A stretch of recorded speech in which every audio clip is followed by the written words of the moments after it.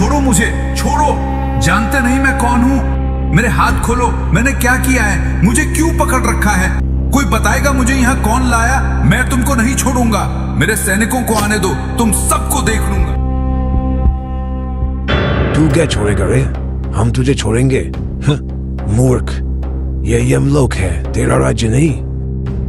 वो राज्य, वो सेना, वो सब तेरा था ही नहीं, वो सिर्फ एक भ्रम था। राजा ने ये सुनकर अपनी त्योरियां चढ़ा ली, अपनी बाजुएं फड़फड़ाई और गर्दन अकड़ा ली। उसे लगा अभी भी उसका हुक्म चलेगा, लेकिन तभी उसे एहसास हुआ उसकी शक्तियां यहां काम नहीं कर रही। वो धीरे धीरे शांत हो गया। उसने मौन धारण कर लिया। उसका अहंकार टूटने लगा और वो असहाय होकर जमीन पर गिर गया। हे धर्मराज, मैंने ऐसा क्या किया जो मुझे इस प्रकार लाया गया? मुझे माफ कर दो। मुझे कुछ और सांसें जीने के लिए दे दो। मैं वापस जाकर सब ठीक कर दूंगा। तौबा मत कर, तुम अब एक सांस भी और नहीं ले सकते। तुम्हारा समय खत्म है।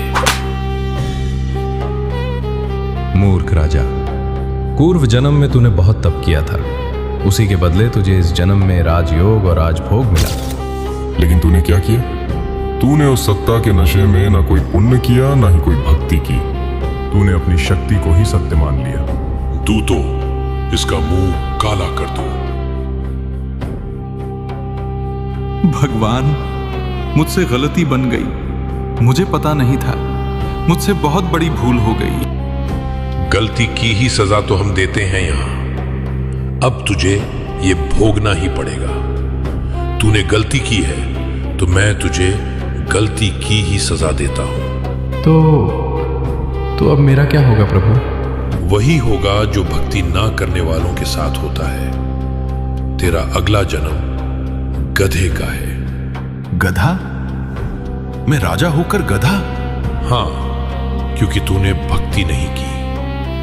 याद कर अपना वो पाप, देख तेरी करतूत।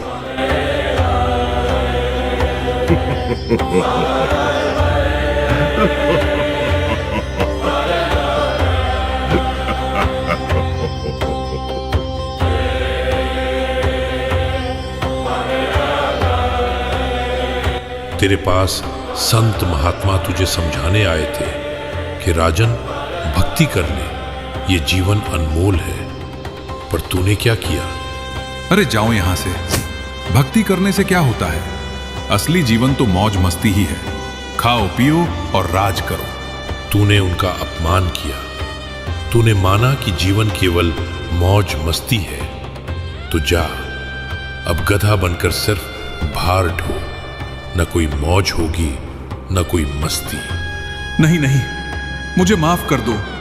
लेकिन यमदूत उसे खींचकर अंधेरे में ले गए। राजा की आवाज गधे की रैंक में बदल गई। तो देखा आपने, एक राजा जिसके पास धन था, दौलत थी, सेना थी, लेकिन अंत में क्या बना? एक गधा। कहीं आप भी वही गलती तो नहीं कर रहे? हम दिन रात माया जोड़ने में लगे हैं, लेकिन ये शरीर एक दिन यहीं रह जाएगा और साथ जाएंगे तो सिर्फ हमारे कर्म। उस राजा की बदकिस्मती थी कि उसने संतों को ठुकरा दिया, लेकिन आपकी किस्मत अच्छी है। आज इस कलयुग में हमें उस भयानक नरक और 84 लाख योनियों जैसे गधा बनने से बचाने के लिए पूर्ण परमात्मा कबीर साहिब जी की शक्ति धरा पर आ चुकी है।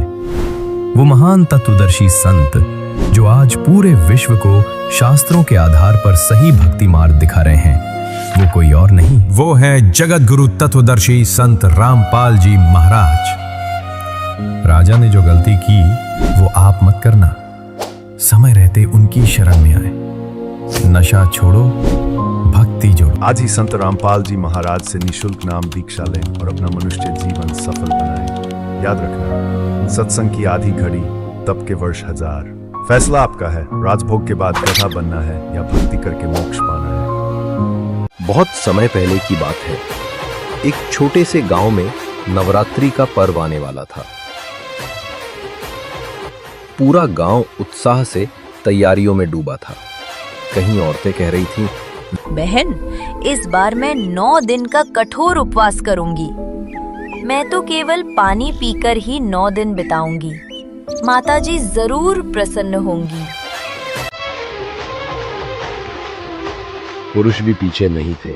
मैं रोज 100 दीप जलाऊंगा। कोई कह रहा था मैं रात रात भर जागरण करूंगा। गांव का माहौल भक्तिमय था, लेकिन सबके मन में एक सवाल भी था, क्या सच में इतने उपवास और पूजा से दुख दर्द दूर हो जाएंगे? क्या इससे हमें मोक्ष मिलेगा? इन्हीं दिनों गांव में एक साधु रहते थे, शांत, सौम्य, ज्ञानी। लोग उनके पास पहुंचे और हाथ जोड़कर बोले, बाबा जी, आप तो सब जानते हैं, हमें बताइए, क्या माता केवल उपवास से प्रसन्न हो जाती हैं? क्या भूखे रहने से ही आत्मा का उद्धार हो जाएगा? साधु बोले, प्यारे बच्चों, वही वीर परमात्मा ही पूर्ण परमात्मा है। वेदों में स्पष्ट प्रमाण है कि कबीर साहिब भगवान है। संसार में जब पहली बार ये ज्ञान सुनाया जाता है तो मन को अटपटा लगता है, लेकिन जब धैर्य से सुना जाता है तो यही ज्ञान आत्मा को शांति देता है। साधु ने आगे कहा, आज इस सच्चे ज्ञान को उजागर कर रहे हैं संत रामपाल जी महाराज। वे वेदों, गीता और सभी धार्मिक ग्रंथों से प्रमाण देकर बताते हैं कि केवल कबीर साहिब ही सृष्टि के रचयिता हैं। आज यदि कोई मोक्ष चाहता है तो उसे चाहिए कि संत रामपाल जी महाराज जी से नाम दीक्षा लेकर सत्संग सुने। यही मार्ग जीवन का कल्याण करता है। लोग आश्चर्य में थे। कुछ को यह ज्ञान नया और अद्भुत लगा, तो कुछ को शंका हुई। साधु ने उदाहरण देते हुए कहा, जैसे कोई रोगी दवा पीता है, पहली बार दवा कड़वी लगती है, लेकिन वही दवा उसे रोग से मुक्त करती है। इसी तरह पहली बार सत्य ज्ञान सुनकर मन को अजीब लगता है, परंतु यही ज्ञान आत्मा को दुखों से मुक्त करता है। साधु ने समझाया, नवरात्रि का असली संदेश यही है कि हम केवल भूखे प्यासे न रहें, बल्कि सच्ची भक्ति को अपनाएं, और वह सच्ची भक्ति केवल पूर्ण संत के द्वारा ही मिलती है। इतिहास गवाह है, श्री राम जी से लेकर गुरु नानक देव जी तक सबने पूर्ण परमात्मा की महिमा गाई है। अब गांव वालों की आंखों में चमक थी, उनके चेहरे खिल उठे। वे बोले, बाबा जी, अब हमें समझ आ गया, केवल उपवास और पूजा से आत्मा नहीं बचेगी। हमें तो संत रामपाल जी महाराज से नाम दीक्षा लेकर ही सही भक्ति करनी चाहिए।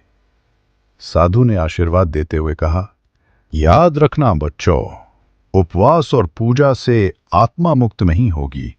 मोक्ष केवल उसी परमात्मा की शरण से मिलेगा जिसका प्रमाण वेदों और ग्रंथों में है, और वही है कबीर साहिब।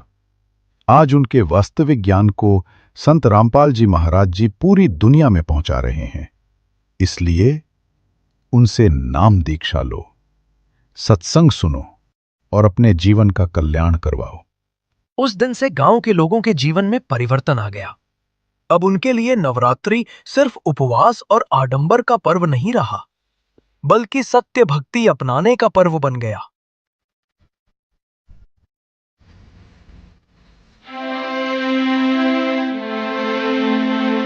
बहुत समय पहले की बात है। एक बड़ा राज्य था, समृद्ध, शांत और हर तरफ रौनक भरी हुई। उस राज्य का राजा एक बहादुर योद्धा था। दुश्मन सामने टिक नहीं पाते थे, लेकिन उसके जीवन में एक आदत बहुत गहराई तक बस चुकी थी, शिकार।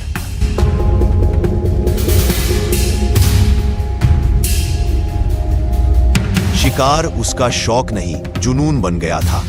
राजमहल के कामकाज से मन उचाट हो जाता तो वह जंगल की ओर निकल पड़ता। एक दिन सुबह सुबह सूरज की पहली किरण भी ठीक से नहीं फैली थी।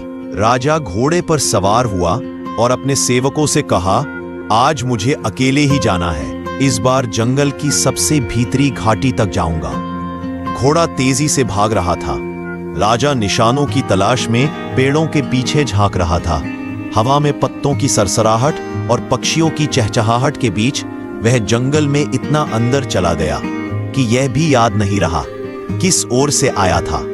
दिन चढ़ चुका था। राजा प्यास से बेहाल था और उसका घोड़ा थककर हाँफने लगा। चारों तरफ सिर्फ घना जंगल। राजा बोला, हे ईश्वर, अब क्या होगा? ना पानी ना रास्ता, घोड़ा भी हाँफ रहा है और मेरी सांसें भी।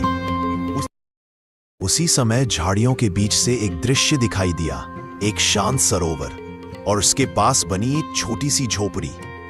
जैसे किसी रेगिस्तान में कोई प्यासी आत्मा को पानी का स्रोत दिख जाए, वैसी ही राहत मिली। राजा झट से सरोवर की ओर गया, पानी पिया और घोड़े को भी पिलाया। उसके बाद झोपड़ी की ओर बढ़ा। वहां एक संत बैठे थे, सादा वस्त्र, चेहरे पर तेज और आंखें बंद। राजा ने विनम्रता से प्रणाम किया और वही जमीन पर बैठ गया। कुछ देर शांति रही। फिर राजा ने कहा, महाराज, आप इस घने जंगल में अकेले? संत ने मुस्कुराकर कहा, सच्चे संत भीड़ में नहीं मिलते बेटा, घने जंगल में ही आत्मा की पुकार सुनी जाती है। राजा थोड़ी देर चुप रहा, फिर बोला, मैं शिकार करते हुए यहां भटक गया, रास्ता भी भूल गया, प्यास से बेहाल हो गया था। आपकी झोपड़ी और ये सरोवर देखकर जान में जान आई। संत की आंखें खुली। उन्होंने गहराई से राजा की ओर देखा। राजा को अचानक कुछ अजीब लगा, मानो कोई उसे पहचान रहा हो, आत्मा तक झांक रहा हो। राजा की नजर अब संत के पास बंधे 3 कुत्तों पर पड़ी। तीनों शांत, लेकिन कुछ तो विशेष था उनमें। राजा ने धीरे से पूछा, महाराज, ये कुत्ते कुछ अलग से लग रहे हैं, क्या कोई विशेष बात है? संत बोले, हाँ बेटा, ये साधारण कुत्ते नहीं है, ये इस राज्य के पूर्वज राजा है, तेरे ही कुल में जन्मे, पर भोग विलास, अहंकार और पाप के कारण आज इन योनि में पड़े हैं। राजा स्तब्ध रह गया। उसने देखा वहां एक चौथी रस्सी भी पड़ी थी, खाली। उसने डरते हुए पूछा, और ये चौथी रस्सी किसके लिए है? संत का चेहरा शांत, लेकिन स्वर में गहराई थी। जो वर्तमान में राज्य का राजा है, अगर वह भी मोह माया में डूबा रहा तो अगली बारी उसी की है। राजा थर-थर कांप गया।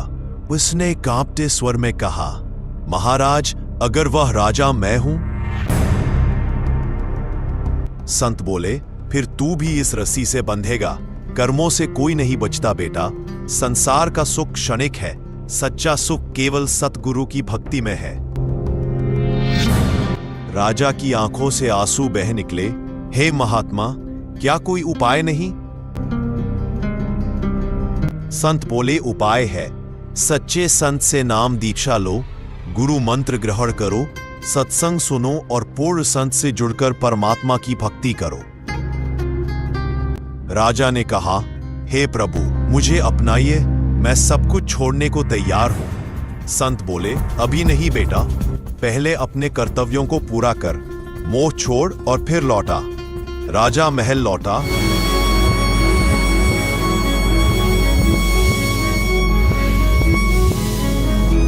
मन बेचैन था, रातों को नींद उड़ गई थी।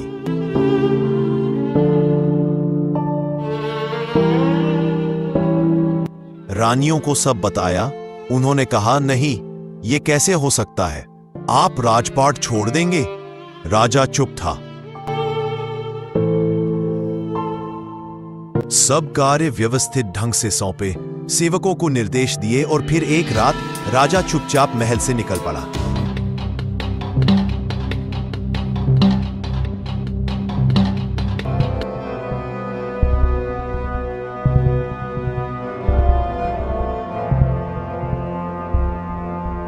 फिर से वही जंगल, वही झोपड़ी, वही संत। राजा ने संत के चरणों में गिरकर कहा, हे महात्मा, अब मैं तैयार हूं। अब मैं सिर्फ राजा नहीं, मैं एक प्यासा आत्मा हूं, मुझे मोक्ष चाहिए। संत ने उसे नाम दीक्षा दी और वह राजा अब एक भक्त बन गया। कुछ समय बाद उस क्षेत्र में एक गांव बस गया। लोग आते, संत के वचन सुनते। राजा भी सेवा करता, भजन करता। एक दिन राजा संत से मिलने दूर जंगल के अंदर पहुंचा। पर देखा, ना झोपड़ी थी, ना तालाब, ना पेड़, ना संत। सन्नाटा। राजा घबरा गया। हे प्रभु, ये सब कहा गया? मैं तो मार्गदर्शन लेने आया था।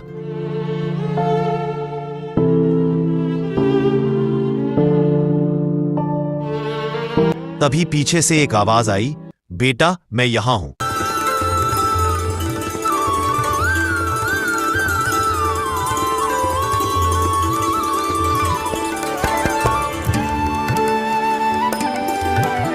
राजा ने पीछे देखा, वही स्वरूप, वही तेज, वही संत, परंतु अब वो कोई साधु नहीं, वो साक्षात परमात्मा थे।